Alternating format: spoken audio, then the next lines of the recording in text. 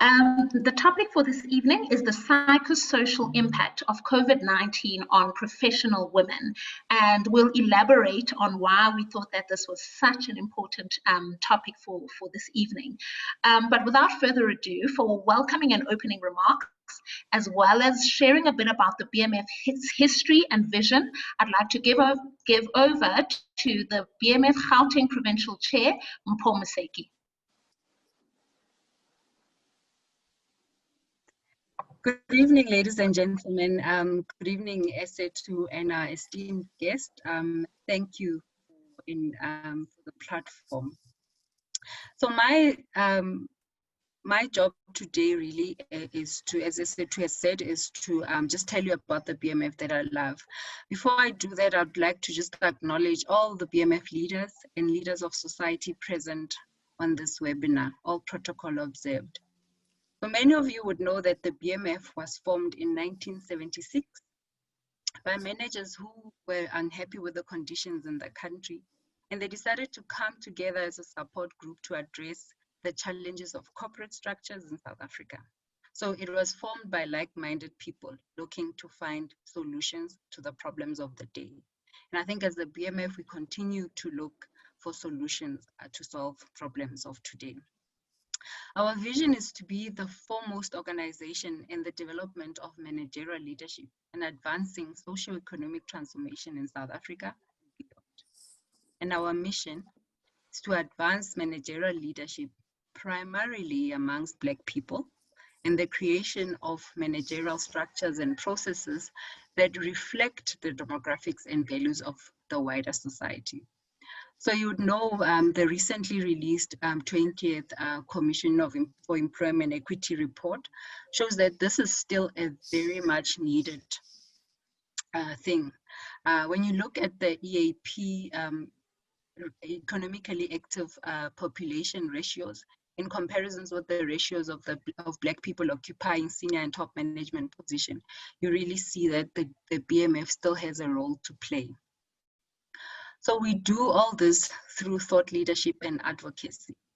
So our most notable achievements, one of which SA2, the video, it was SA2 on the video mentioned, is the affirmative action blueprint, which was a thought leadership piece that really formed the basis of the legislation through our advocacy, and that's how the Employment Equity Act was formed.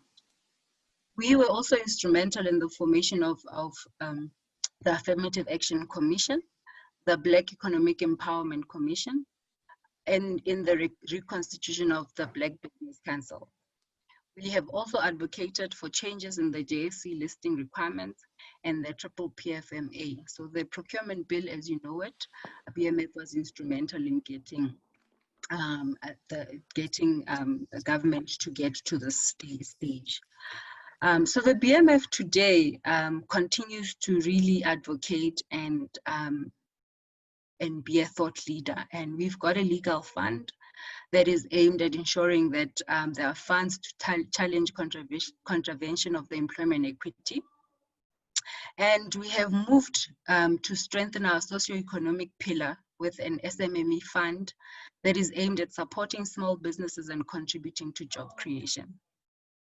So part of the BMF values is effectiveness. And today's topic really focuses on mental and emotional state of a person. And this really plays a critical role in whether a person is effective or not. We really commend the Midrand branch as well as the SSO2 for spearheading such a topic.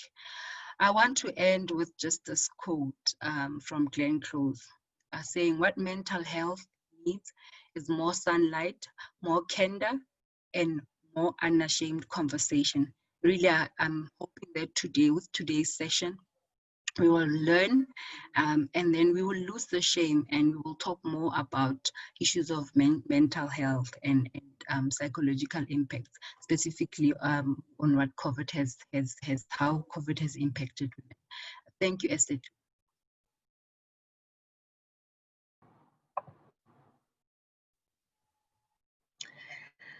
Thank you so much, Mpho. Am I audible? My video is frozen on my side.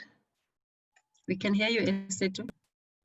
Okay, thank you so much, Mpho. You know, as you were speaking, you know, as BMF members and leadership, I think sometimes we take for granted just how much work the BMF does. And you know, as you were going through our pillars and our vision and mission and some of the programs that we run, it was really just quite overwhelming and humbling to see how much work the BMF is actually doing. So thank you very much for that.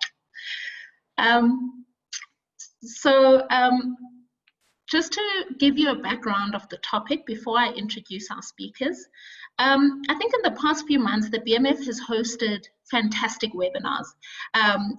And they've been mainly focused on, and rightfully so, you know, the economy, the devastation that COVID-19 has put on the economy, the recovery plans, the role of the BMF, the role of women in those recovery plans, and making sure that there's inclusivity, you know, of particularly Black people and Black professionals as we sort of rebuild our economy and we move towards the buzzword of the new normal.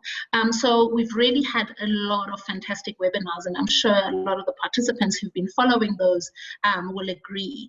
I think from a medical perspective, also looking at COVID-19, the focus has then been on your physical health. So how not to get physically infected, social distancing, washing of hands, wearing of masks, etc. So that's been a focus from a physical perspective.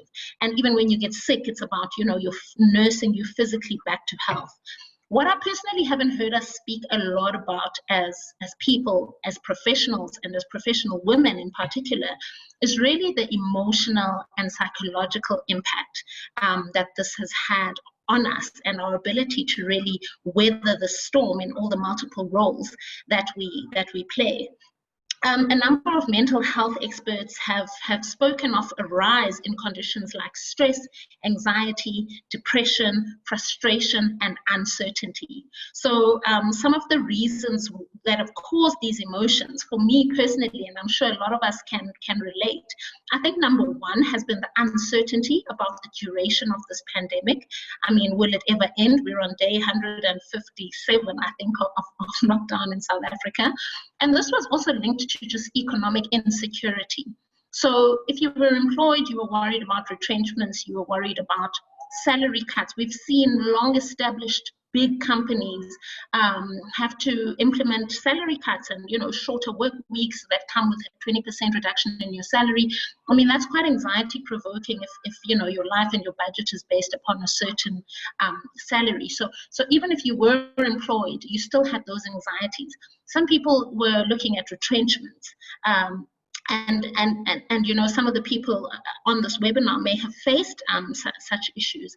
And then in the BMF, we don't only have, you know, professionals who are employed in the private and public sector, but we also have entrepreneurs and business women and business people.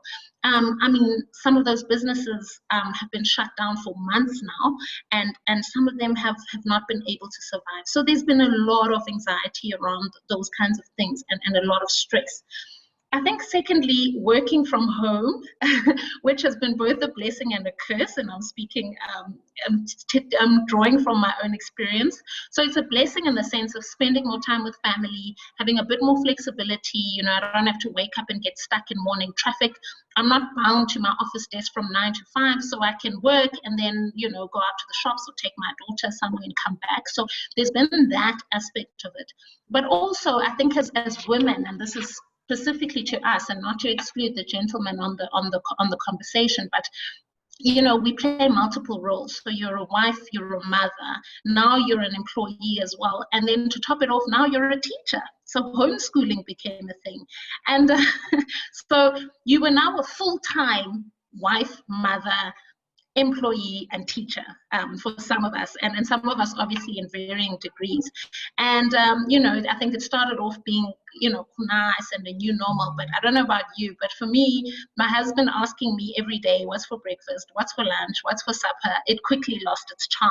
And I found myself craving some of those hours where I was in the office, you know, just with myself and my colleagues, and not really responsible for all these questions in the family and with kids. And obviously with homeschooling,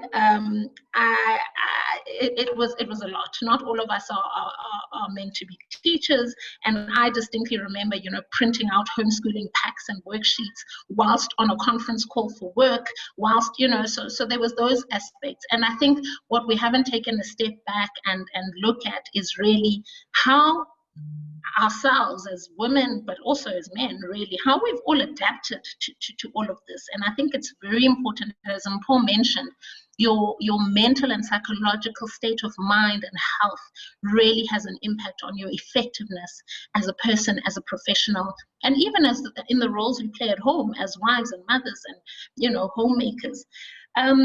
So I think today what I really wanted was, and what I'm looking forward to, is gaining some professional insights and advice from the two fantastic ladies that I will introduce shortly, on some of the signs and symptoms of mental health challenges and how to distinguish from just having a bad day versus actually needing to seek help. So without further ado, it gives me great pleasure to introduce our speakers for tonight. Dr. Clementine Chawane is a specialist psychiatrist with a special interest in women, children, and adolescent mental health. She's passionate about social awareness, as this can help with the prevention and the destigmatization, which Paul also mentioned, of just our mental health. And then also Dr. Doreen Monagise, who has an MBBCH and an MBA. She's the founder of AfriZen Health Solutions that she will tell you about. DocD.com, which is a platform she recently launched, which is similar to this, about having, crucial and critical and important conversations. And she is passionate about preventative health and fitness. So I think Doc D is going to go first, but it gives me great pleasure to welcome you, Doreen, and the floor is yours. Thank you. Wow, what a great way to welcome us in. Thank you very much, Esetu, for that warm welcome. Welcome to all the listeners. Thank you for joining us. I'd also just like to take a moment to thank BMF for this lovely opportunity. I know we had, discussions about it a few months back, actually, with Esetu, to just unpack some of the psychological stresses that women are facing during the COVID-19 period. And finally, it's now happening. So thank you for making it a reality, BMF. Without further ado, I think I'll start. I mean, SOT has just sort of stolen some of the words out of my mouth around how women play multiple roles. Just to reiterate, those are really just different. It can vary from being a mother, a father, a daughter, a wife, a student, a driver, maybe sometimes an Uber driver, a wife, a Playboy bunny. I mean, the list goes on, and these are, especially now during the COVID-19 pandemic, have become more apparent and perhaps maybe quite exacerbated. And as much as these can just on paper seem like titles, we all know that they're quite loaded with a lot of responsibilities that come with them. Sometime back, I remember SAT had sent me a WhatsApp picture actually, of a Financial Mail cover, reading The New Office, and on it was a cartoon character of a woman in the kitchen. She's carrying a baby, she's got her headphones on, she's on her laptop, I think she's cooking something on the stove. In the back there's a laundry machine that's spinning some laundry there. In the corner there's ironing waiting to be done. I mean, it was a lot. It was like, wow, talk about like really wearing multiple hats. And this really has been the position that women have found themselves in during this period of time. Just you can imagine 5 weeks, a few days odd into a lockdown, experiencing this day in, day out. This really can be quite a lot. One can actually drive themselves crazy, and I mean literally crazy. Outside of the COVID-19, outside of this particular picture, COVID-19 has affected us in numerous ways, really. Everything from like a cremated economy to rising death tolls, retrenchments, divorces, homeschooling, and of course the obvious, being personally affected with COVID-19, such as some of us have been there. You know, the alpha generation will say, I mean, there's a lot, there's a lot, man. However, women still keep it together somehow, you know. I think we've just come out now of Women's Month. We've celebrated the 1956 Women's March and the role that played in the liberation of women and in women's rights. Similarly, in today's world, we still continue to witness the strength and power that women continue to play in our communities, and not without a cost though, you know.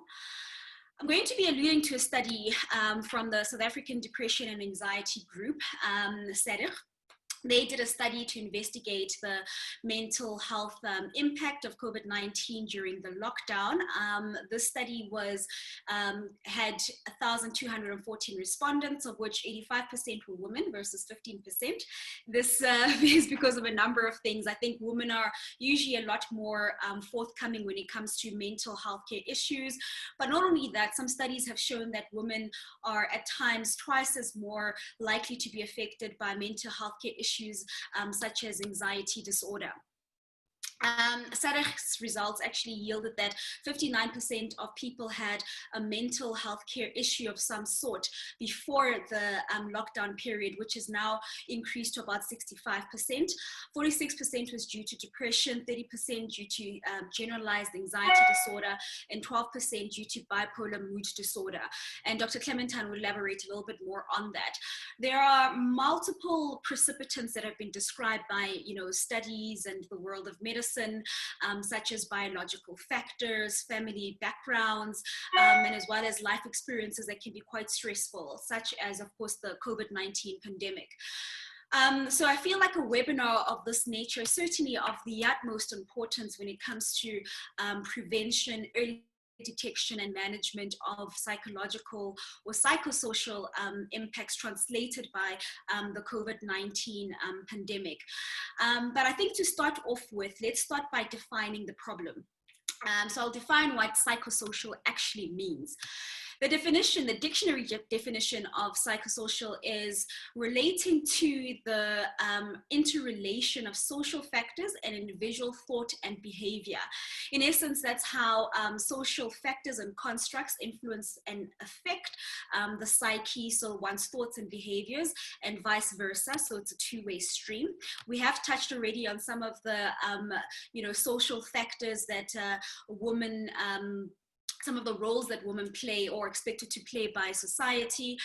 However, just to elaborate, these can also include social support issues, loneliness, marital status issues, social disruption, bereavement, work environment, social integration. And I think also, particularly pertaining to the South African climate at the moment, gender-based violence. We've seen quite a number of, horrific cases, pertaining to gender-based violence occurring during this period of time.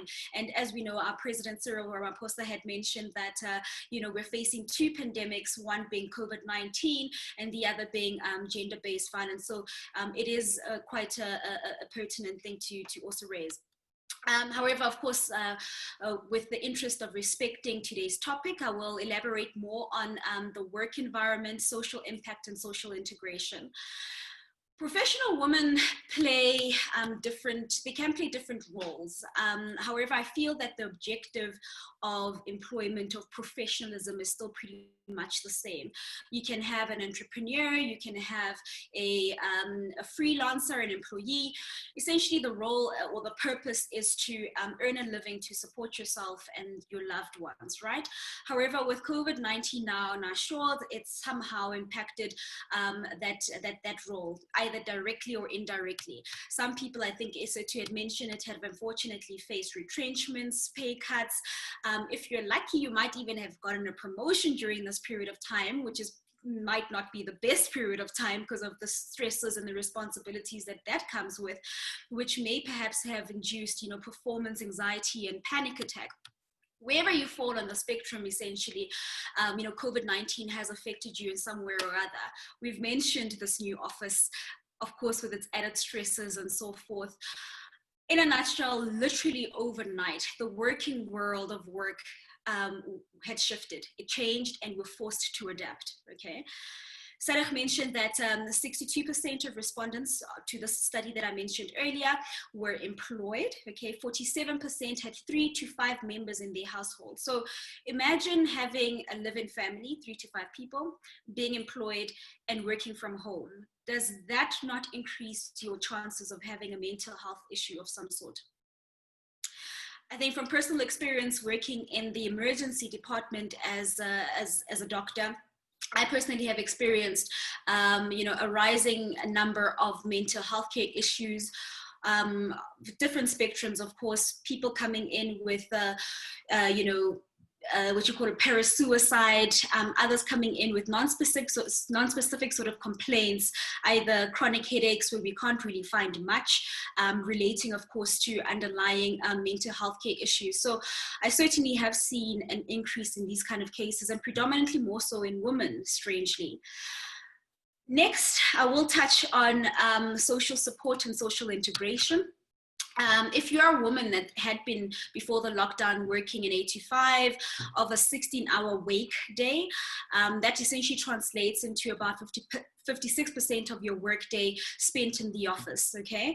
So your work really defines a large part of your socialization, you know? So now with you working at home and being, confined by lockdown regulations, socialization means time with the kids with no break. It means spending your lunch breaks, preparing dinner or making lunch, and there's just no break, there's no rest, okay? And to top it off, really, real type of socialization and social interactions had also been severed. I mean, those after work drinks with colleagues, catch up lunches with the girls,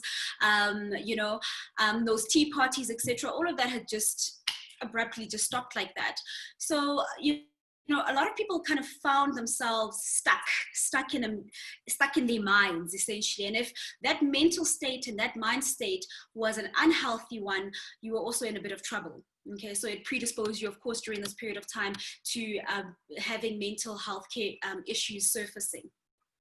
Now that we've highlighted some of the social problems, I think let's define the psycho component of psychosocial.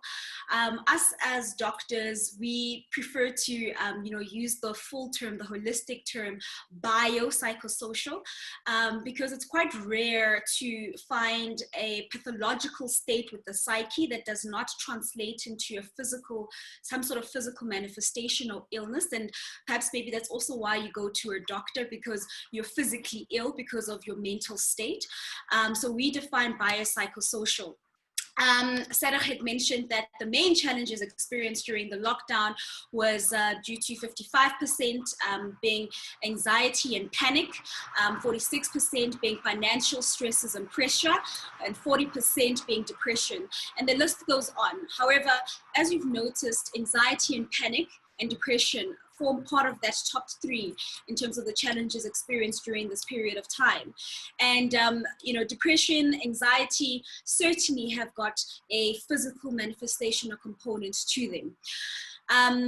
Dr. Clementine will elaborate on what those conditions are briefly, but just to give you a bit of, a brief description of them, generalized anxiety disorder is a persistent and excessive sort of worry about everything. It literally could be your job, your family, COVID-19, your health. It's just persistent and excessive worry, which can be quite debilitating. Depression is classified as a mood disorder where, it's described as you having a mood of loneliness, sadness, anger, and that too can affect your everyday activities. And this goes back to the point of effectiveness. If you're not performing, if you're not well in terms of your psyche, either because of depression or anxiety, as you've heard, they form part of the top 3 issues and challenges experienced during this period of time. If you're affected by those and you're not performing well at work, if your effectivity, your efficiency rather, is going to decline. And that certainly can have far greater reaching repercussions in terms of your key performance measures, the economy, and what have you. Just to also elaborate on that, these conditions, there's a term called somaticizing. And somaticizing is when a mental health or mental issue has got physical manifestation. So people can present with lethargy, fatigue, tiredness, decreased tolerance, pain tolerance. So even just a minor headache will really feel like you're dying, like, you know, it's the end of the world. People can have back pain, body pains, headaches, migraines, eye problems, poor vision. They can even have, you know, GIT problems, alternating diarrhea with constipation, where there's really nothing found when investigations and a thorough workup is done. And we see it quite frequently. We have repeated offenders just coming in with the same complaint, but doctor, I was here last week for my headache, it still hasn't gotten better, and you've given me this medication.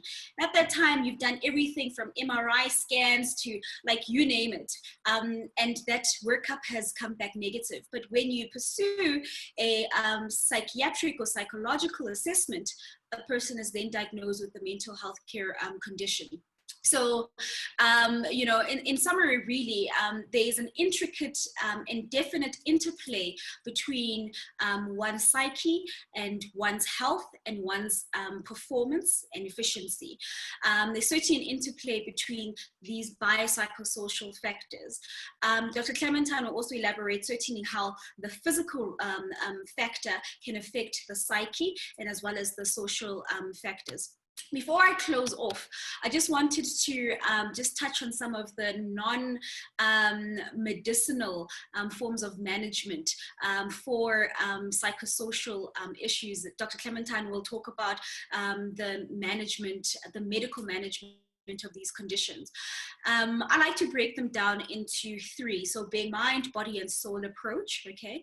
And I personally practice this. I'm sharing with you some of, you know, the approaches and the approaches that I personally practice. So they've been trial and tested. So mind, I mean, I enjoy reading. I enjoy getting lost in a good book, and, you know, time can go by. It helps me detach myself from a stressful reality. I really just sort of, I internalize things. I just step away from work-related issues, family-related issues, and so forth. It certainly helps me in terms of lifting my mood, and certainly the type of books you read can go a long way in doing that as well. I limit my time with the news. I know we like to be up to date. We like to ensure that we're up with current affairs. We're up to date with current affairs.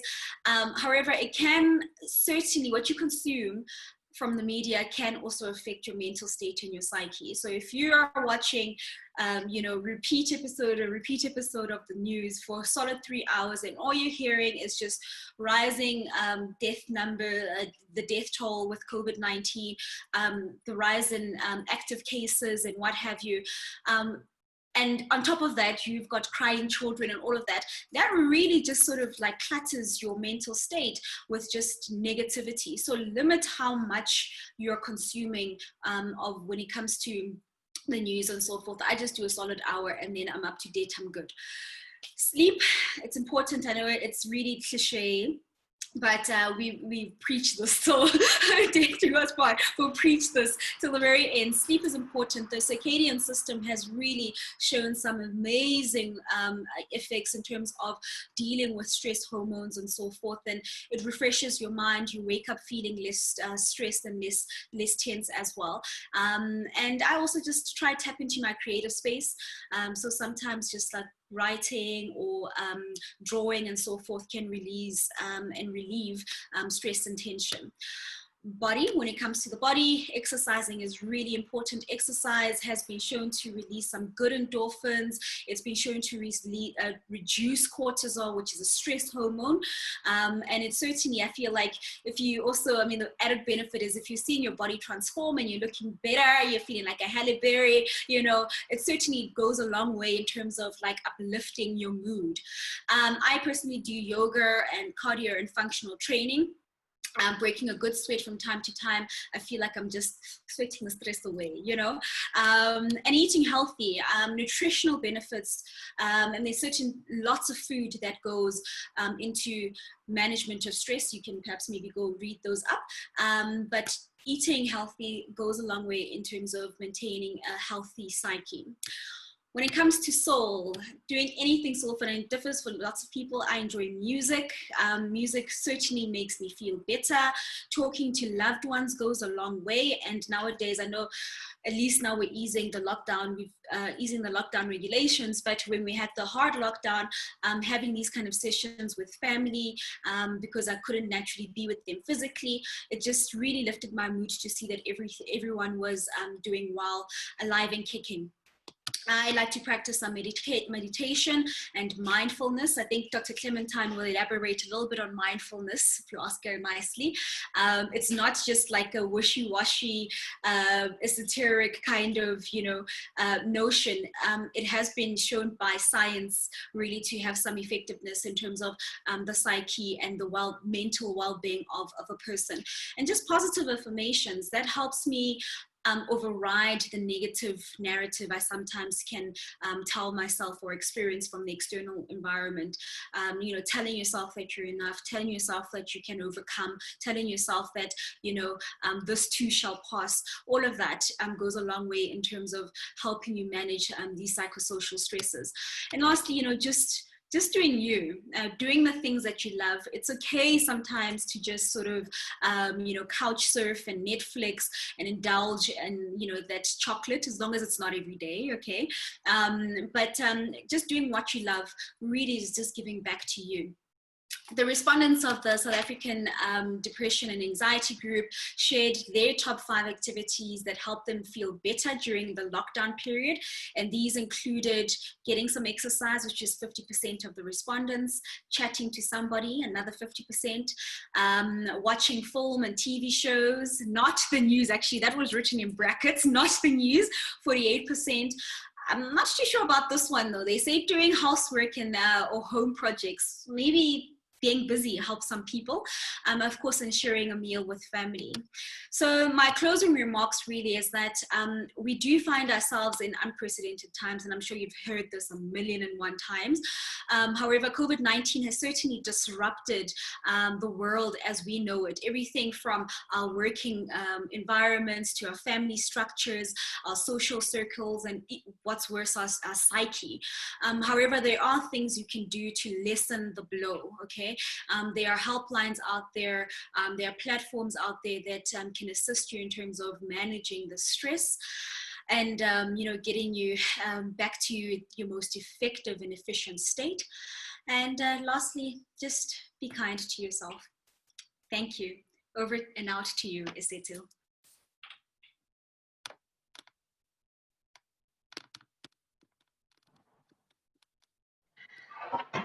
Wow, Dee. Thank you so much for that. I'm sorry if I stole some of your talking points right up front, but I just wanted to sort of set the tone and give a context. I think it's not new, but it's always good to reiterate things like your mind, body, and soul approach. I loved that, and I think we'll talk more about it in the question and answer session. And something you mentioned also quite a bit is about the physical impact of, not being okay from a mental perspective and how it impacts on your daily life, your daily activities, and your effectiveness. And I actually, when I was taking notes, just drew this loop, because if you're feeling down and depressed and anxious and therefore are not performing at work, and then the fact that you're not performing at work probably makes you feel even more down and depressed and anxious. And so it becomes a vicious cycle, and we need to, find ways to break that cycle and as you mentioned, take care of ourselves. So thank you very much. We'll interact more in the question and answer session. So over to you, Dr. Clementine. I'm really looking forward to your contribution as well. Hey, good evening, ladies and gents, if any. So my name is Clementine Shawane, and I am a psychiatrist, and I'm honored to be part of this.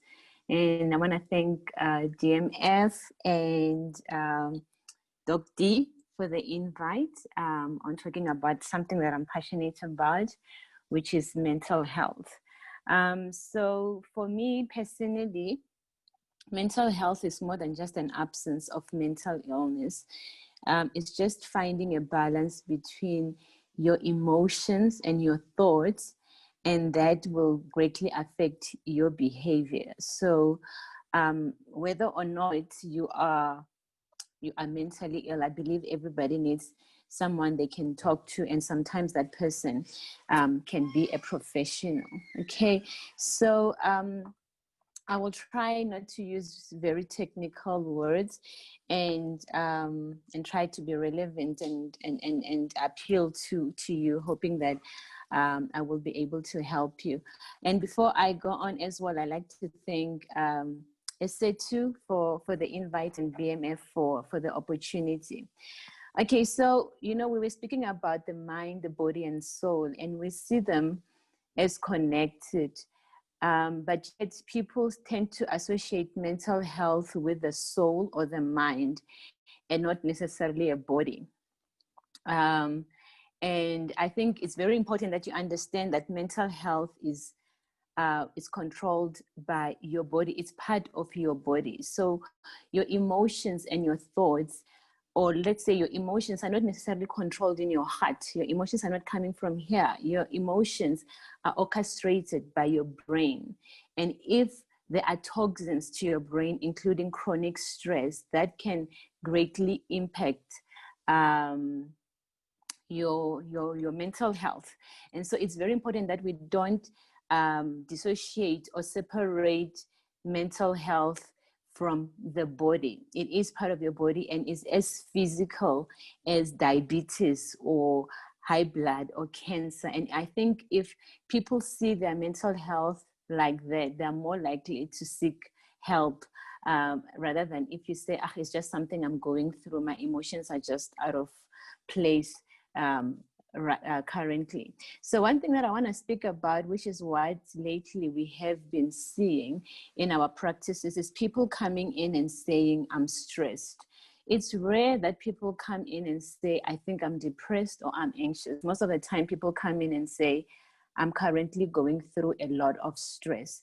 And so I want them to elaborate to me what is stress. And for me is, number one, stress is very subjective.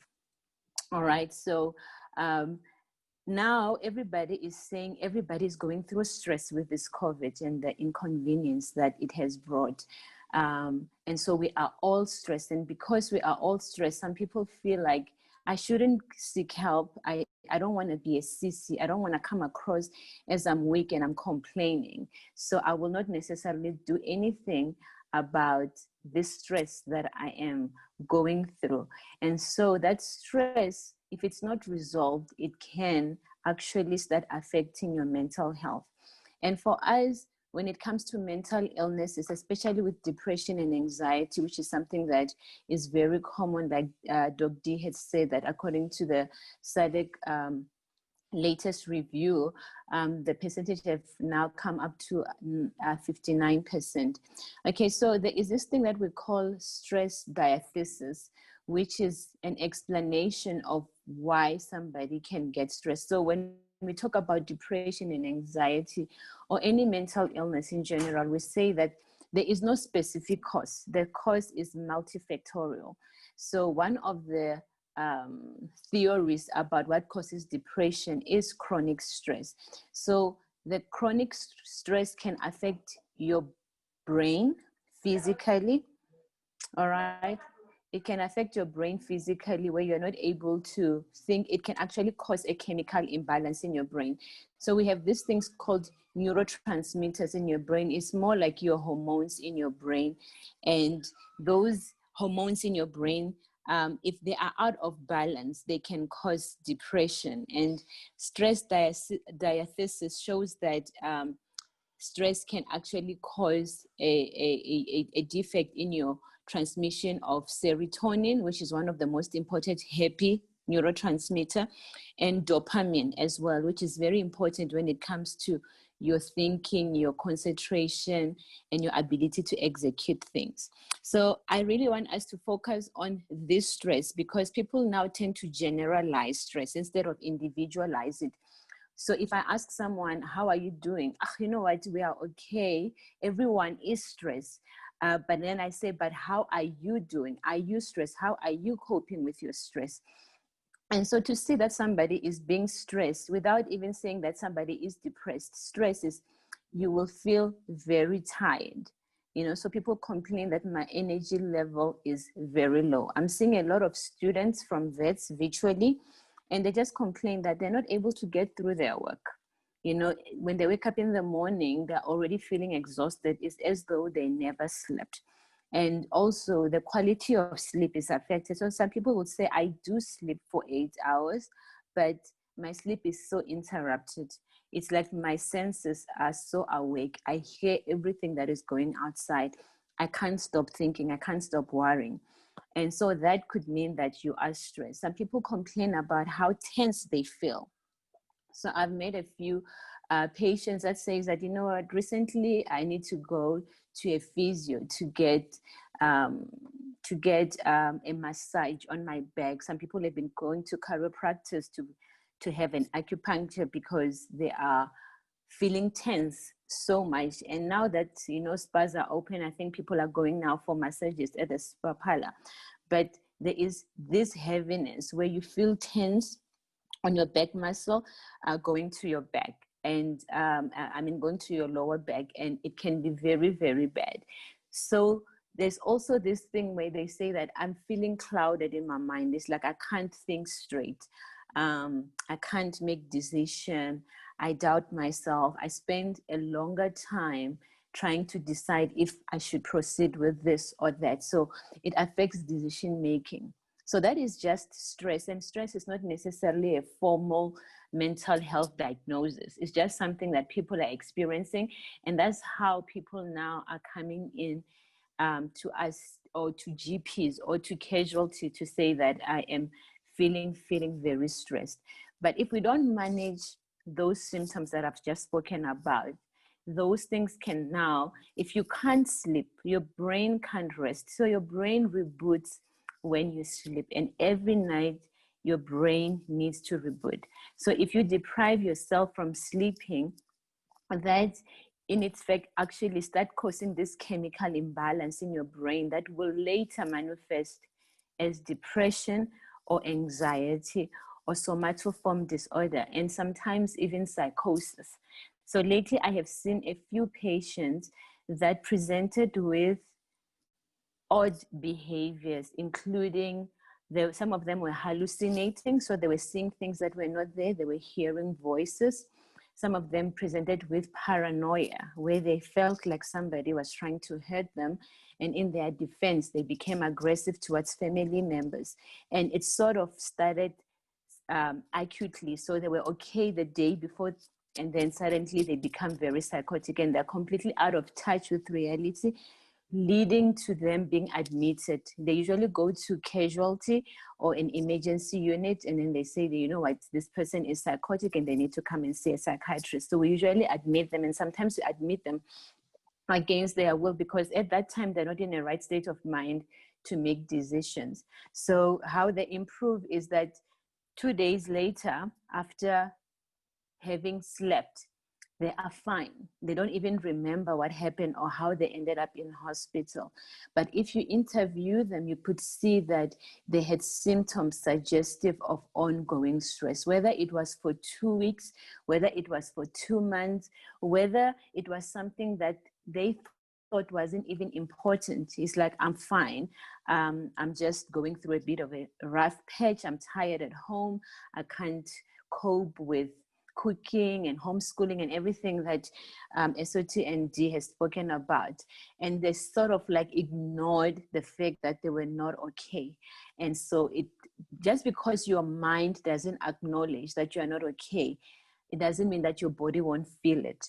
Okay, so sometimes if you ignore your emotions, your body subconsciously convert those emotional stresses into physical symptoms.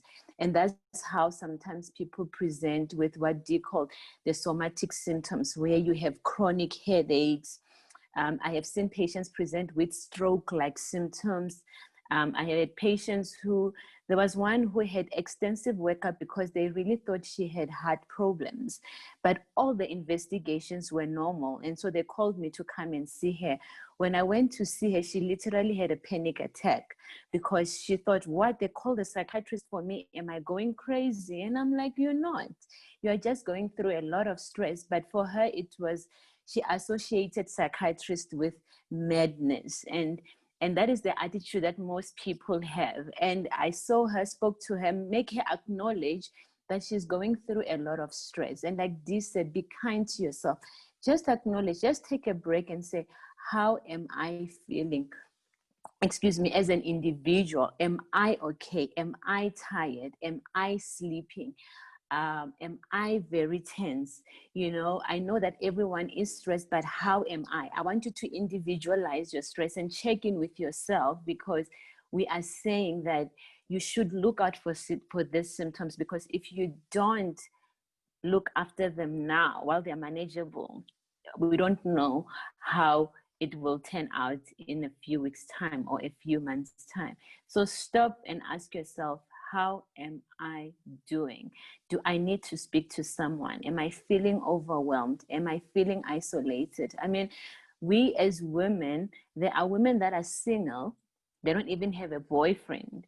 And so their social interaction was going to the office and meeting everyone. And now lockdown has caused them to be isolated. So they interact virtually. I mean, I find virtual consultations very intimidating. It's way out of my league and my comfort zone.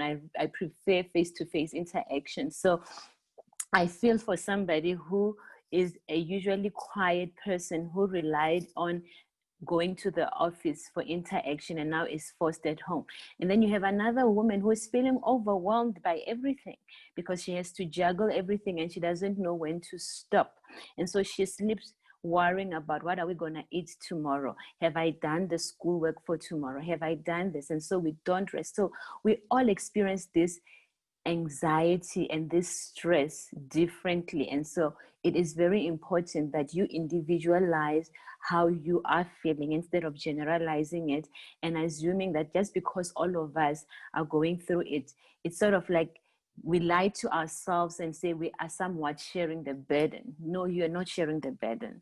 You know, when it hits you as an individual. So what I'm encouraging you now is that you must look into yourself and say, how am I doing? Do I need help? And help doesn't mean that you need to see a psychiatrist, you know, because we are specialists. It's when the GPs and everyone is not able to help. You don't necessarily have to jump and see a psychiatrist. You can just see a GP and say, I'm not sleeping. They can help you with something to help you sleep. I'm feeling very tired, and maybe you need time off from work because now you have been working throughout the year. Most people haven't taken leave, you know, and sometimes you just need somebody to say, you know what, I'm going to book you off for a week just for you to reboot and to relax. You know, and take care of yourself. So I'm gonna go into the details of how do you then distinguish between normal depression and abnormal depression that's affecting your life. So Dee has spoken about the stats, but according to the World Health Organization, major depressive disorder is a leading cause of disability in the world. All right. So the most common reason why people are laid off from work is because of depression. And most people don't understand how severely depression can affect your functioning to a point where you can't work. And this is what we see all the time. And yet people are not seeking help to make sure that their depression is managed earlier on in their lives. Okay. So depression, when it comes to layman's, it's a normal emotions that we all experience. Even I, as a psychiatrist, sometimes do get depressed, but most of the time it's circumstantial. So if there's something that is weighing on me, if I'm upset about something, I could get depressed. But it's just for if it's few days, few hours, and then I'm able to lift up from that without doing much about it. When it becomes persistent. So when you experience low mood for a period of 2 weeks, all right? So it's either low mood or inability to experience pleasure or inability to experience happiness. So I usually tell my patients, it's like if there was a pool of happiness, if you were depressed and we would put you in this pool of happiness, you will come out dry. You are unable, your body is not able to experience happiness, because like I'm saying, that happiness is not controlled by your heart or by your circumstances. It is controlled by your brain. So if there's something wrong in your brain, whether it's chemically or electronically, it can affect your mood majorly. So if those symptoms persist for 2 weeks, at minimum 2 weeks, we start worrying. Sometimes patients present with depression and they've been feeling depressed for 6 months, and by then a lot of things have gone wrong in their life as well. All right, so the other associated symptoms of depression, so it's low mood, it's loss of pleasure in what you previously enjoyed. It can affect your sleep. So some people, most of the time, they will complain about restless sleep. So I'm not able to sleep. I want to sleep, but I just don't fall asleep, or interrupted sleep. Some people say I fall asleep, but I tend to wake up at 1 o'clock and I'm not able to sleep thereafter. And most of the time when they are awake, they are ruminating, they're thinking a lot about things, and it's usually sad things. Okay, other symptoms include loss of energy. So people feel like they are too tired, whether it's associated with a lack of sleep, but usually they just have low energy and they struggle doing the most basic things, including brushing teeth, making breakfast. It can affect your appetite. Some people overeat, comfort eating, and some people don't eat a lot and they can have significant weight loss, which is unplanned. So someone will come and say, I'm losing weight, but it's not that I've been wanting to lose weight. I'm just losing weight uncontrollably. It can affect your sex drive. Okay, most of the time it is low sex drive, and so you're like, what? I don't feel like having sex. It can affect your concentration and your memory. And if this is greatly affected, that's when the dysfunction comes in. If you are a working person with depression that has major, what we call neurocognitive symptoms, which is memory. Memory is whether it's what you had for breakfast or you're remembering. I mean, you're struggling to remember the things that you just did recently, and over time it can become long-term memory as well. When it talks about concentration, is your attention span. Are you able to sustain attention for a long time, or you find that you are easily distracted and you always forget what you were doing? So something that usually took you 30 minutes to complete now takes you 3 hours, and you find that you sometimes still miss attention to details, and so your boss keeps sending back work and say you've missed this and you've missed that, and it's something that is out of character for you. You're usually not that kind of a person. Okay, so there is also social withdrawal, where people feel like, I want to be alone. I don't feel like people. I find people overwhelming, they're draining my energy, and I just want to be alone all the time. And anybody who comes to your space might experience you as irritable, so you become irritated towards them because you just want to be alone. Okay, other symptoms is what they had spoken about, is somatic symptoms. So people come in with non-specific symptoms. So a headache that starts from here and it ends on the toe, that doesn't make sense. It only happens when you are stressed. Those kind of symptoms. Sometimes ulcers. People complain that, my stomach is irritable, I'm having diarrhea, or my stomach is just sore all the time. Those could be signs that the somatic symptoms of depression. Other symptoms include hopelessness, low self-esteem. You find that you are very teary, very sensitive. And like I'm saying, there's ruminations where you think about things, but you usually think about negative things. You see yourself in a dark light kind of a thing. So you become your worst critic, sort of, and you're unable to cheer yourself up. And that's when people start contemplating suicide. So most of the time people will say, well, I have thought of taking my life and I have planned it, or I have tried it. Some people is what we call passive suicide, where they say, I don't mind if I were to die. So they're driving and wishing that the truck will drive them over, or something bad would happen to them because they don't want, they've been thinking about dying. I wouldn't mind if I were to die now.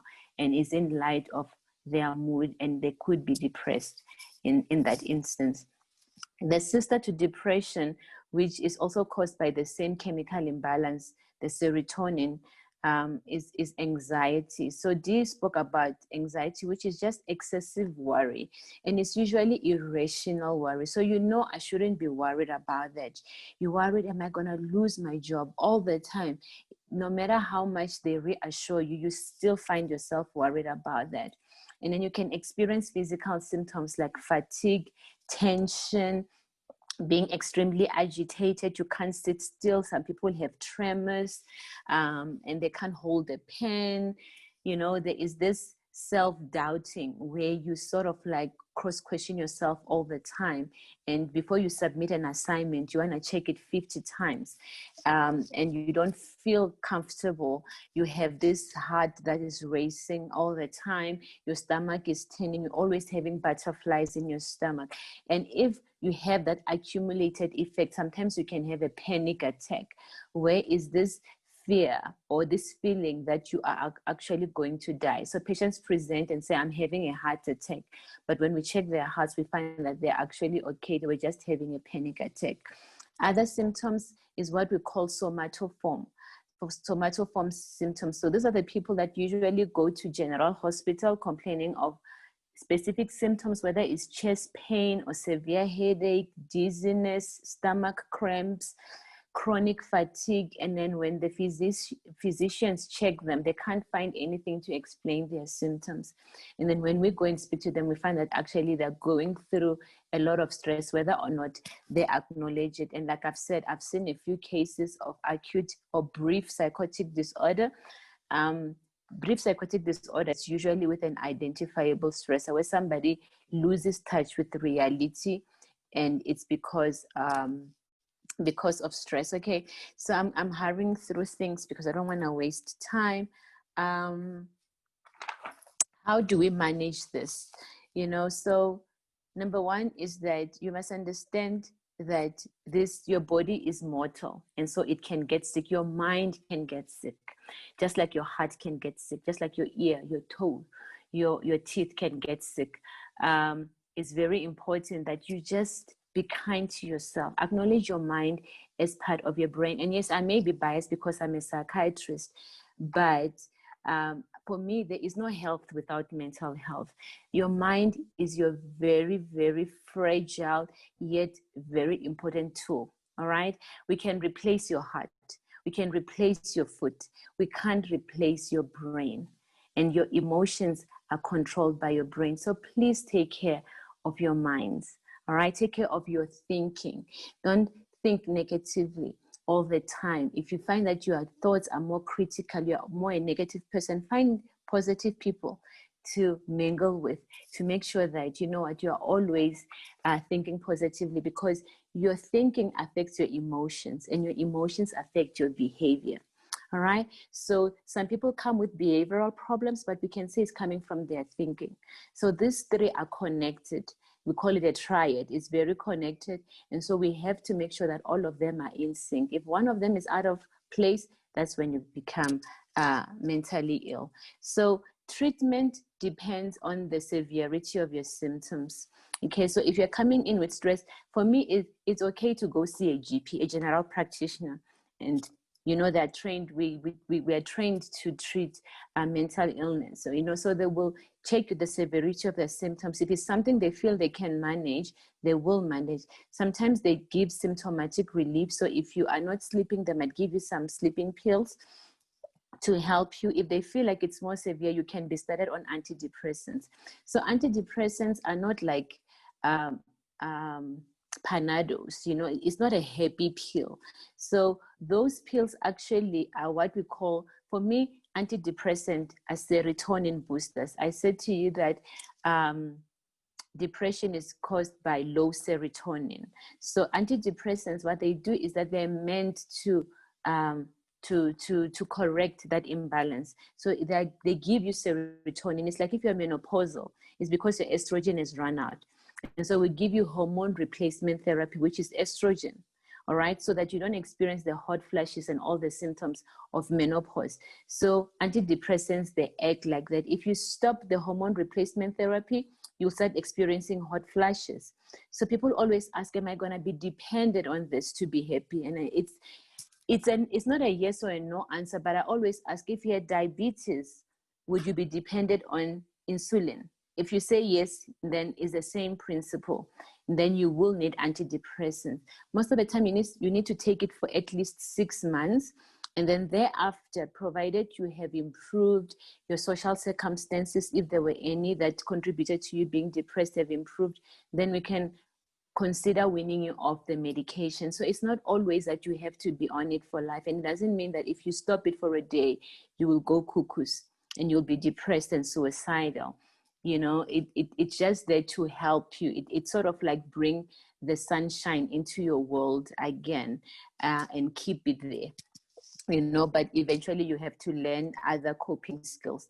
Also, you can see a therapist, you know, a clinical psychologist, a counseling psychologist, to help you if you're going through a bit of a rough patch. And yes, of course, if you feel like you need to see a psychiatrist, it's still okay to go to see a psychiatrist individually. Dr. Dis asked me to speak about mindfulness, which is something that a psychologist usually talk about. So for us, depression, we say depression looks back. Depression says, I should have. And then anxiety looks forward. All right. So people who are depressed are always looking back. Those ones that are anxious are always looking forward. They say, tomorrow I have to. And so they don't live in the here and now. So mindfulness is sort of like a skill that helps you to live here and now. So it's more like a training course where we teaches you how to control your thoughts. So we force you, it's not like you empty your mind, it's more like you focus on something, whether it's swallowing, whether it's your breathing, to force your mind to be present here and now. It teaches you about kindness to yourself. So be kind to yourself, be present at the moment, and you have to know that you can control your thinking. If you let your thinking control you, that's when you become depressed. That's when you become very anxious. So like Dee said, for me is be kind to yourself. If it's okay for someone to have coronavirus, it's okay for you to have depression. If you ignore it, walking around with depression and anxiety, for me, it's like somebody who has eyesight problems and they refuse to put on glasses. They can live their lives, you know, but they bump into things, you know, or they get lost, or they don't see the sunshine. You just don't see what other people are seeing. And so seeing someone might help you to put on the glasses so that the world is more visible. So I will end it there. Thank you so much.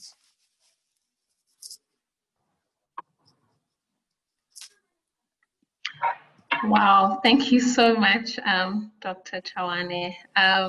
You touched on so many important points, and some of the ones I just took note of. I loved it when you said, and this should go such a long way in destigmatizing things like taking antidepressants, is it can just bring the sunshine back into your world. I mean, who doesn't want the sunshine brought back into their worlds? That's just wonderful. And I think, thank you for highlighting some of the signs and symptoms of depression, because sometimes it takes you very long to actually connect what you're feeling with saying, I may be depressed. I mean, things like just feeling this, like there's cotton wool in your brain. You can't think straight. Tasks at work that you could execute in your sleep, all of a sudden you sit staring at your computer and you cannot for the life of you figure out what to do. Making decisions, you just cannot make a decision. And the fact that you cannot make a decision gives you even more anxiety, because you're like, why can't I decide on this or that? And just some of the things like just feeling tired, where sometimes just waking up, showering and brushing your teeth feels like, oh, okay, I feel like I've conquered. I've walked over a mountain already, and the day is only starting. And when those feelings persist, I'm a big advocate for getting help, and I like how you sort of positioned it to say, if you have diabetes, if you have coronavirus, if you have whatever, you seek help.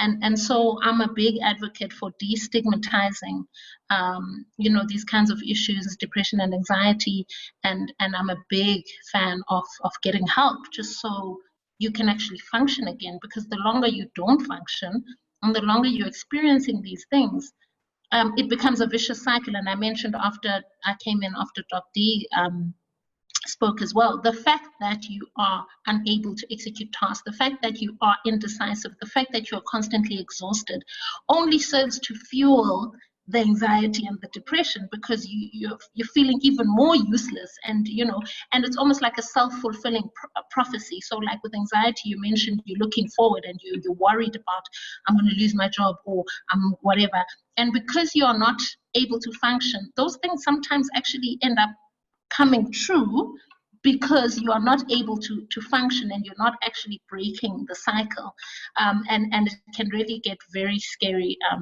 very quickly. So thank you very, very, very much. To all the participants, I'm going to read the questions on the Q&A. Please feel free to put some questions there, and we will just put these to Dr. D. Can you put your video back on? I don't know if it can show both of you at the same time. That would be ideal for me. Okay, while she probably tries to figure that out, I'm just going to read some of the questions, and then Dr. Chawane, you can come in, and I'm hoping that Dee will be able to put her video back on. So it says, Dr. Chawane, what would you recommend to someone who considers having chronic insomnia because the mind doesn't switch off? Okay. All right. So yes, that is one of the most common thing, So chronic insomnia probably means that you have been trying to consult with someone, and you are probably on sleeping tablets, but you're not able to sleep. So for us is to make sure that we exclude other things that can cause insomnia. So for me as a psychiatrist, I would like to exclude other mental illness symptoms, all right, that you could be having, whether it's depression or anxiety. So we'll go through a questionnaire where I would ask you those questions to make sure that you're not having those. And if you are, let's say you are having chronic insomnia because of depression, then giving you a sleeping tablets, it's like pruning the ends of the tree. We're not really dealing with the root cause. So I think for me is we have to establish what is the root cause that is causing you not to sleep, and so try and deal with that instead of just giving you something to help you sleep, because eventually it stops working. So yeah, there could be a lot of things that are contributing or causing insomnia, but commonly it's mental illness. So yeah. Okay, the next one says the brain-gut axis. Is there such? Sorry, I just lost it there. So they speak about the brain-gut axis. Is there such, and how can one be used to positively enhance the functioning of the brain? Okay. Dee, do you want to take that? That's like pharmacology. That's like a physiology kind of stuff. Yeah. But, yeah. It anyway.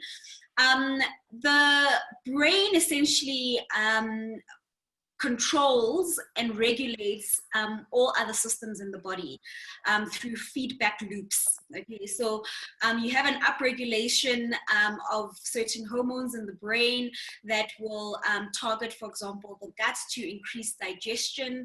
And once that process, for example, has happened, it will downregulate those hormones so that the gut can switch off.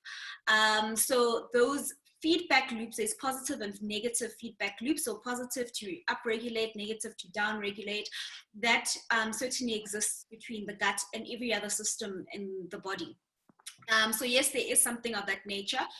Actually, the gut itself is probably considered, I've read a number of articles where they've described it as one of the most intelligent organs in the body, probably as the brain. Yeah. quite a fascinating organ on its own. You know, what you feed yourself really plays an important role here.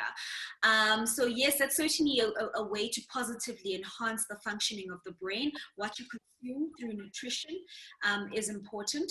And hence, that's why, for example, if you're not consuming you know, foods, your body has got negative effects and shows pathology, shows illness. So for example, if you're not consuming enough iron, you become anemic, and iron can be obtained through certain foods and so forth.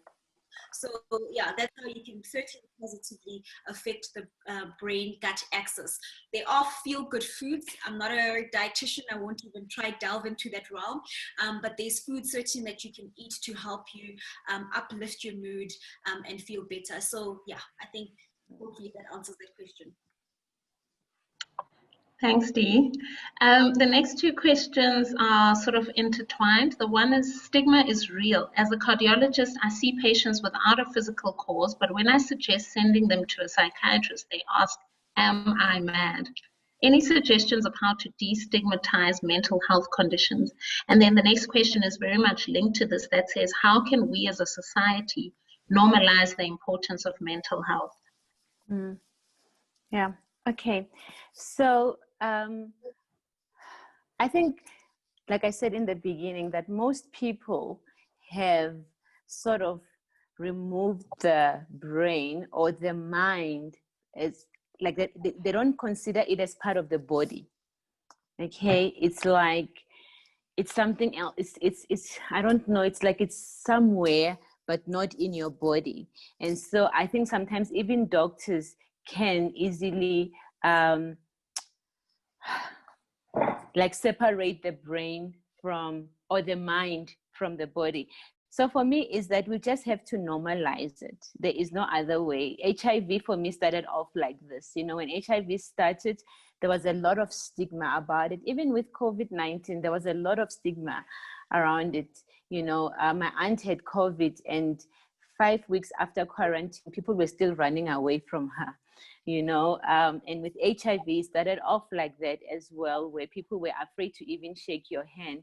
But the more people came out and say, I have this and it's a manageable condition, the more people became more and more aware of it. So I think for me is just that we just must try and normalize it. You're not mad, but we're saying that there could be something that is explaining your symptoms. And so seeing a psychiatrist doesn't mean that you are mad, and to allow and sort of encourage people to seek that help. And I think also one of the things that I've observed is that most of the time mental health care is isolated from general hospitals. So most of the time in a general hospital, you won't even find a psych ward.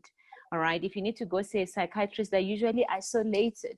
And so one of the things that I'm interested in is integration, like making sure that mental health is available in the general hospital, so that if somebody needs to see a psychiatrist, they don't have to drive miles or to the other side of town to see somebody. We can just say there is somebody next door who's willing to see and assess you. And I think that could also limit the stigma. I think for me as society is that if you have been battling with mental illness, if you come out and you are a normal person that people look up to and say, I even went through depression and I am taking medication for it and I am fine, it encourages people, because then people can actually see that, you know, I don't have to have 3 ears, because sometimes they think like that. It's like you are strange looking, you know, or the fact that we call it madness sometimes. You know, we don't call it an illness. We're saying you're crazy, you are mad, you know, so the terminology as well. If we see someone roaming around and, you know, being so disorganized, picking up papers, we don't say that person is ill. What do we say? You are mad. You know, if you see someone who is at work and is dramatic and causing problems, we say they have bipolar, and they don't even have bipolar. You know, so sometimes people diagnose other people. So if I tell you you have bipolar, you freak out because you already have a preconceived idea of what bipolar is. When you find out that is not bipolar or that is not depression, it was something else. So I think maybe as society, we must refrain from diagnosing our peers. You know, if you feel like someone is depressed, you can just go to them and say, I'm concerned about you. Don't you want to see someone, instead of diagnosing them and gossiping about them.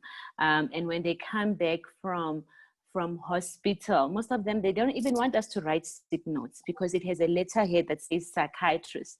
You know, they're not going to listen to me at work. They feel overlooked. You know, if they ask for an opinion and then they say it, they still ask somebody else. And so they sort of like, even at work, they dismiss them easily because you have seen a psychiatrist. We can't trust your opinion. So we still have a long way when it comes to stigma. But I think if we can use the proper terminology, refrain from diagnosing others, and sort of bring integration of mental health into general hospitals, I think that could help. But yeah, we are working hard on that. Thanks, Dr. Clem. I think a lot of these questions are directed to you, so if your vocal cords are, I think I'll take about 3 more questions, and then we'll be running out of time.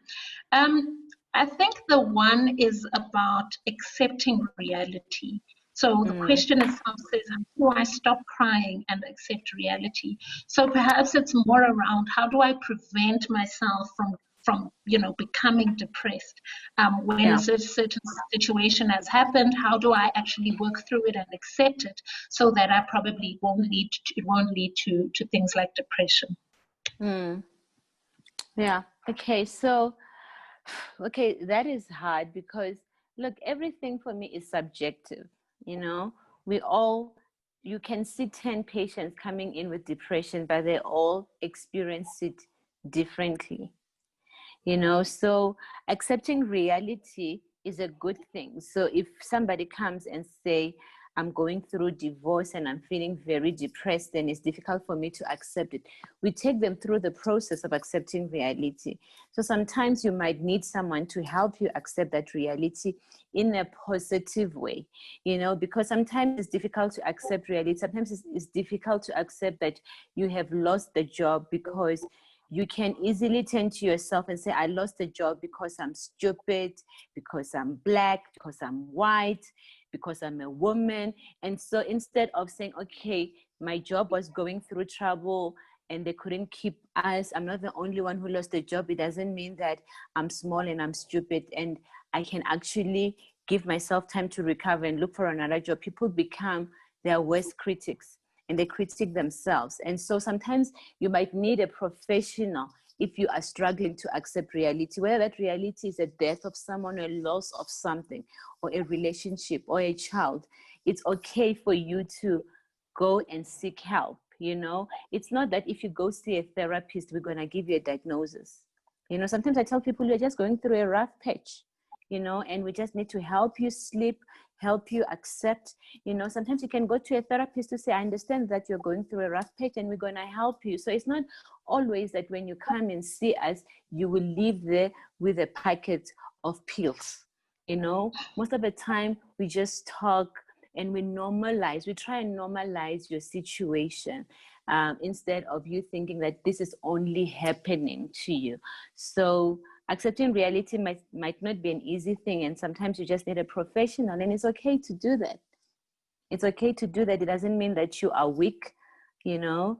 It's just actually, I think it takes a lot of courage for people to seek help. So just give it a try. I promise you, we just sit on the couch and we chat and we cry.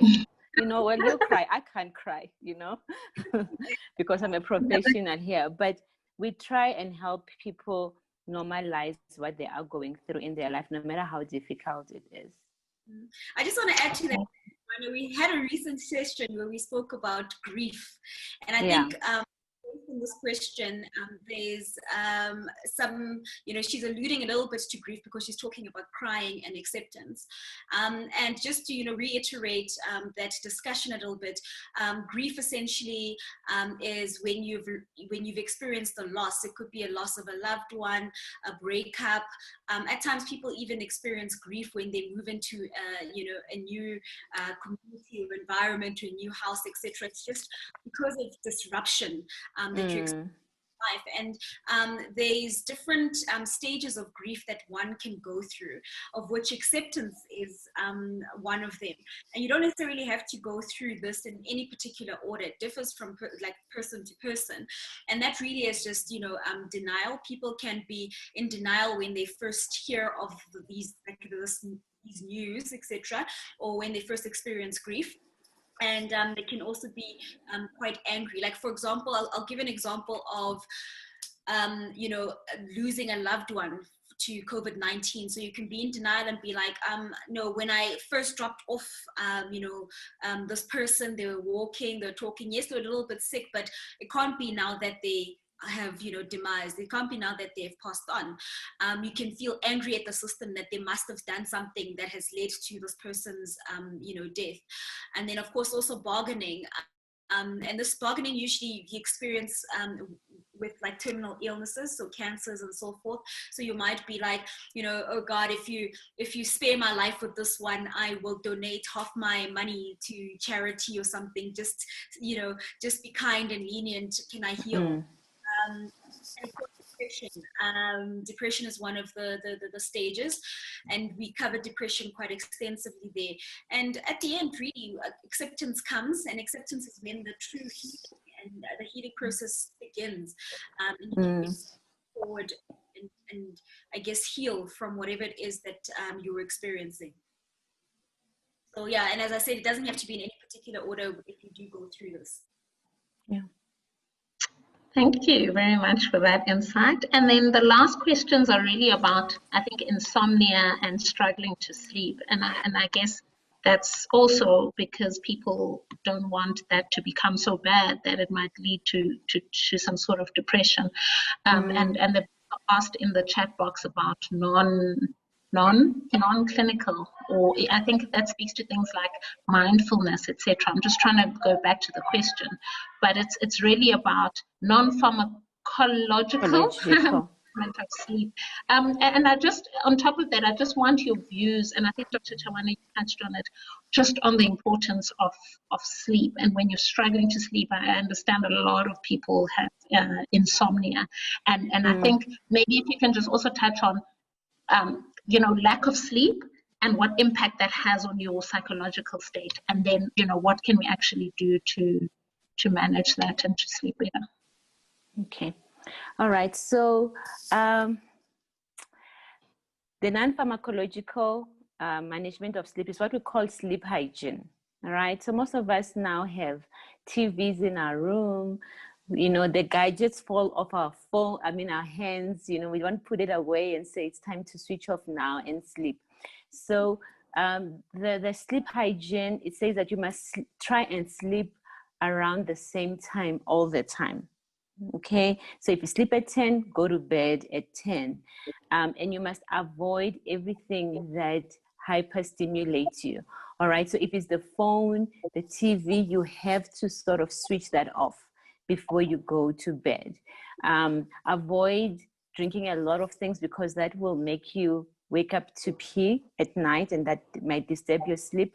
But drinking Coke and caffeine containing content can actually affect your sleep. So people usually have coffee at night.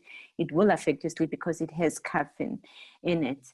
So drinking like rooibos tea or the calming tea, warm milk can help somebody with sleep. Once those things have failed, you might need sleeping medication, which is very, very controversial. So most of the time, the sleeping medication is benzos, what we call benzodiazepines, and those ones can be very addictive. So you go to a GP, they usually give you something to help you sleep, and it does help you sleep, but with time, you can't sleep without it. And some patients will tell me that I used to take one, I can't sleep on one, I had to take two. all right? And they actually now start overdosing on that. So it's very easy for you to get addicted to that. So benzodiazepine are ideally supposed to be prescribed for not more than 2 weeks, okay, because of the nature of addiction. So there are other things like melatonin, all right, which is a hormone that your body produces when it's dark, that will help you sleep. And so those are the non-addictive medication that you can use. So trying to tire yourself during the day, if you exercise and you keep yourself busy during the day, it can help you sleep because your body will be exhausted at night. Now with lockdown, people were having irregular sleeping patterns, so they will sleep during the day, and then it will mess up your circadian system. So we don't advise people to sleep during the day, and especially if you know that you have insomnia, unless if you're extremely tired. If you don't have insomnia, you can be able to sleep during the day, but if you have it, if you sleep during the day, there's no sleep that is going to come at night. And so one of the things that also is causing insomnia is worry, constant worry. So you go to bed with your worries. And so even with our patients, one of the things that I teach them to do is that when you worry, it's like you are reading a book outside, And so at the end of the book, if you don't close the book, but you leave the book outside, the wind is going to keep blowing on the pages, and you will feel that in your sleep. So the constant worries, you find that people, if they are worried, they dream about the things they were thinking about, So if you're worried about money, you dream of you being kicked out of the house because you couldn't pay your bond, and that is your subconscious. So one thing is that before you sleep at night, try to resolve your conflict. Try to say, okay, it is the end of the day. I was not able to do 1, 2, 3, 4. I will do that tomorrow. So tell your brain that it is the end of the day now. I have to sleep. I don't have money, but I will make a plan tomorrow. I don't know where this is going to come from, but I'm going to make a plan tomorrow. Now I really need to switch off. So do those exercises and just try and calm yourself and have conversations with yourself. Because most of the people are not sleeping because they say, my mind can't switch off. Once you have chronic insomnia, sometimes you need medication to sort of reboot you, to sort of set that sleeping pattern again. But we're trying to teach your body to sleep again. And so it's not something that we have to do lifelong to give you something to sleep. I just want to add, essentially, when it also comes to sleep hygiene, simple things like priming yourself to sleep. So winding down for bed. You don't just, it's 10 o'clock now, it's bedtime. Let me go. Watching TV and you rush to bed. It's like dimming the lights an hour before, so your mind can actually now start that I need to start winding down and it's bedtime soon. The time you eat, you have dinner before bedtime is also quite important. So I think they usually advocate for about 2 to 3 hours before eating. This usually also, if you eat and then you go straight to sleep, it can lead to things such as reflux or heartburn. You have people waking up feeling like they just got acid in their. That's also important. The other thing with sleep hygiene is the temperature of the room, the temperature of, the warmth of your blankets, etc. If it's too hot, then you can't sleep. If it's too cold, then you also can't sleep. So those are all things that form part of the sleep hygiene protocols. I think that's that. Oh, wow. Thank you, guys. You have been absolutely phenomenal this evening. We've gone way over time, and obviously that's just because of how interactive the session has been and how, the time has absolutely flown. I can't believe we're an hour and a half into the session. I think this is a very, very, very important topic, and for myself in the BMF, I hope that we're going to have more of these kinds of conversations. I think what I've learned is sort of twofold. On the one side, it's about my own self, being very in touch with how I'm feeling, my stress levels, taking care of myself physically and emotionally, and particularly you both kept mentioned how the mind is part of the body. And so this whole mental wellness discussion is actually not this a different thing to talking about keeping physically healthy, but it's a fundamental part of even being physically healthy, because your mental, if you neglect your mental health, it actually manifests in your body. So the one side of my biggest takeaway is about taking care of me, but the other side, and I don't think we've touched on it, but around the table, we've got managers. I mean, it's the Black Management Forum. So we've got people who manage other people in corporates, in state-owned entities, in their own businesses. And what I hope that a lot of us take away from this is also how to be empathetic towards our own employees, our direct reports, our teams, and just learn that this is part of, so when someone takes sick leave because they've got a flu or whatever it is, we don't stigmatize them, we don't gossip about them, we don't, cause this fuss, we don't almost write them off so that when they come back to work, we no longer listen to their opinion. So also my appeal is that as managers, as bosses, as team leaders, as business owners, if we can just take these learnings also in how we treat the people that we work with and who report to us, I think that's a very important thing. And I actually think managing this in a workplace scenario is actually a topic on its own. And so to Dee and Dr. Clementine, I'm going to put time in your diaries again, because I really think that is really a topic on its own. From my side, I am absolutely so excited that we finally managed to do this. We all, the three of us, will know how much we've been trying to coordinate this. I thank you so much for taking time out of your very busy diaries and spending this time with us on a topic that is not like common to managers, because we're always talking about the economy and climbing the corporate ladder and all of those things. But this is such a big part of that, and I think we often separate it from all of these other things. And I think that's been the biggest thing for today, to say, if you want to be effective, if you want to climb that corporate ladder, you're a Black female or you're a Black male and you're trying to rise in your organization, you can attend all the webinars, you can do your MBA like Dee and myself, etc. But if you're not taking care of your mental health, you're actually not going to be able to achieve, all of those things that you wish to achieve. So I am going to hand over to Putty for a vote of thanks, but from myself, it's been an absolute pleasure being the host for this evening. And thank you to all the participants for really being a very engaged audience and for engaging with us even on the Q&As. And to Dr. Dee and Dr. Clementine, thank you ever so much. Putty, I'm going to hand over to you to close. Thank you, Isetu. And thank you to Dr. Doreen and Dr. Clementine for taking your time to share your experiences as well as your views on the challenges brought on by this pandemic and how members, and particularly women, can go about tackling these. Dr. Doreen asked us to be kind to ourselves and to practice wellness of the mind, the body, and the soul. And Dr. Clementine highlighted some of the symptoms of depression and encouraged us to check in with ourselves regularly and to seek help if we're not okay. I mean, it can't be stressed enough that we need to normalize discussions on mental health, as well as destigmatize seeking help. So we thank you for your contribution in breaking down those barriers. I'd like to thank you, Esetu, for championing this webinar and for your brilliant execution in facilitating the discussion. I'd also like to thank the BMF support team in the background who ensured that the session runs smoothly. In her opening remarks, BMF Gauteng chairperson Mpho Moseki quoted Glenn Close, who said, "What mental health needs is more sunlight, more candor, and more unashamed conversation." I'd like to add to that with a quote from Elizabeth Kubler-Ross, who said, "The most beautiful people we have known are those who have known defeat, known suffering, known struggle, and known loss, and have found their way out of the depths."